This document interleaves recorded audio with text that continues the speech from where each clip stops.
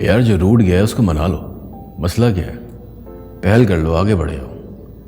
Phone उठाओ, गलती तुम्हारी नहीं थी, ठीक है, गलती उसकी थी, तो क्या हुआ? फिर भी बोल दो आई एम सॉरी, मैसेज कर दो। तुम्हारी इज्जत कम नहीं होगी बल्कि बढ़े आएगी। कोई दोस्त रूठ गया है, कोई अपना रिश्तेदार, तो उसको मनाओ। दिल में जो मैल है, जो दिल में नफ़रत है, उसको ख़त्म करो।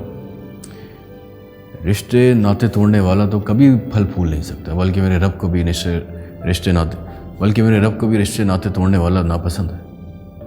अपने रब के वास्ते से ही अपने दोस्तों को, अपने रिश्तेदारों को बना लो। ये ज़िंदगी बहुत छोटी है। नफ़रतें पालने के लिए, बुग़्ज़ रखने के लिए, किसी से नाराज़गी रखने के लिए ज़िंदगी बहुत छोटी सी है।